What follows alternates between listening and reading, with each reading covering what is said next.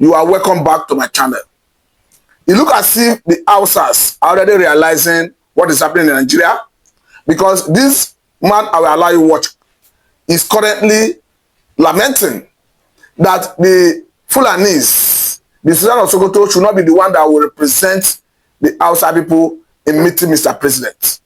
Remember that the Sultan of Sokoto met the president recently, secret to the raging issue of America intending to come to Nigeria to decimate terrorists in Nigeria.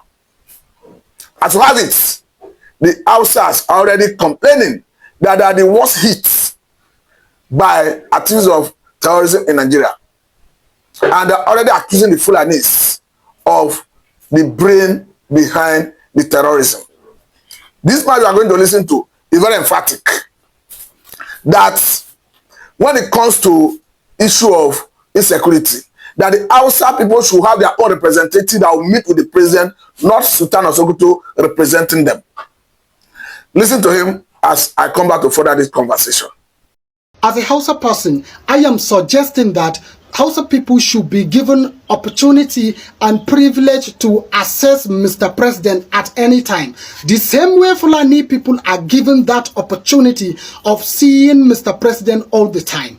You see, yesterday, Sultan of Sokoto visited Mr. President in his office, and they discussed about issues of insecurity that is ravaging northern part of Nigeria, Hausa land to be precise. Which it is someone who is Hausa by extraction that is supposed to go and see Mr. President, so that he will tell him exactly what the problem of Hausa land is. But actually it is of an unfair treatment to us Hausa people to be represented by Fulani all the time in all these kind of places. Sultan of Sokoto is a member of Mieti Allah, is a chairman board of trustees of this Mieti Allah. The same Mieti Allah association, that is Pure Fulani association that America is trying to declare as the terrorist group. It is well known to all of us that we know the stance of this. There are forums, the Fulani forums, Mieti Allah and what have you. Their stance is that to negotiate with bandits, allow them to go freely with their weapons untouched, build hospitals, schools, take any social amenity for them to enjoy themselves better than the way you, a patriotic Nigerian, is enjoying. Who are the members and sponsors of this, their Fulani forums? It is your governor, my governor, your senator, the former ones and the current ones. You are imams, because all of them are the members of this, their Fulani forums. They never thought of, okay, let us help our Hausa people to build their own Hausa forums. None of them ever thought about this. None of them. Okay, Nazwa. So now tell me, my brother, what will become the fate of our national security if I tell you that the people who are advising president on security matters are all the members of this Fulani forum that we are talking about? From what you can understand, I think it's becoming increasingly clear that the Hausa people are realizing that the Fulani people have totally subjugated them. We all understand that the Fulani people came into Nigeria in sometime 14th century. In sometime 18th century, they successfully established the Sokoto Caliphate. And as you have it, the Sultan of Sokoto is the head of all Muslims in Nigeria. Talking about the Supreme Council of Islamic Affairs. And when they speak for all the Muslims in Nigeria. But come to think of it, the Hausa are estimated to be about 60 million people in Nigeria, representing about 26.2% of Nigerian population. Whereas the Fulanis are estimated to be about 15 million in population in Nigeria. So you begin to wonder, begin to ask, how can a people of about 15 million be lording it over, be controlling people who are about 60 million? But it looks as if the Hausas are realizing this. But however I look at it, over the years, the Fulanis have successfully subjugated the Hausa man. Because come to think of it, almost every available traditional institution, the stools, are occupied by the Fulanis. Almost every political position in the north are occupied by the Fulanis. So it then go to show that the Fulanis are tactical, they are intelligent, they know their targets.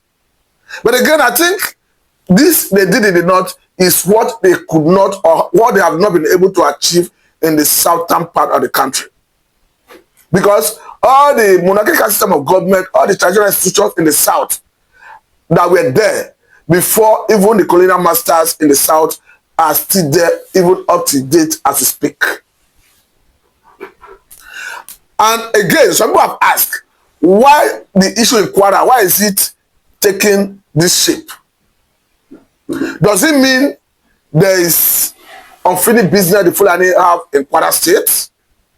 Because remember that even recently, a very prominent northerner made it very clear that the part of the reason they drafted a Buhari into politics was to prevent the Yorubas through Oduduwa to dismantle, or rather in dismantling what he called the Fulani structure in the Ilorin or Kwara to be precise.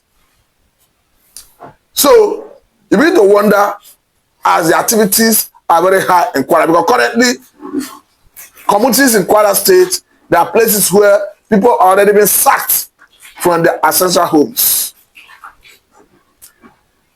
The question is, we understand that the Fulanis are nomadic. They have been doing their business of cattle rearing. How come we now get to this sorry state that even Fulani herdsmen bear AK-47? And in Nigeria, it's understood that if you are not a security personnel, if you are not one of the personnel of the security agencies, you are not empowered to bear arms. So how come they bear arms unchallenged?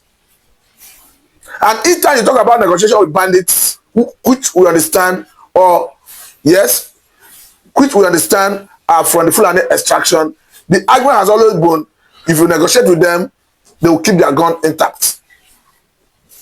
Why would they be keeping their gun intact? Does it mean we are running a country within country? Under this same atmosphere and circumstance, does it still make sense to ask Donald Trump or the American government not to come into Nigeria to decimate these bandits? Well, as it stands, we have all agreed that the bandits are killing both Christians and Muslims. Because we can understand that the activities is very high in Zamfara, in Katsina, as we speak, where the likes of Toji Bello and Ada Aleru are operating. The activities are equally high in Kwara State. The other places where the activities is high has to do with Plateau State, in sometimes Taraba State, Southern Kaduna, and Kwara State. So hence we have all agreed that they are bad. Does it not make sense to encourage the Nigerian government to strategically partner with American government to ensure that we stand them out of every inch of Nigerian territorial integrity?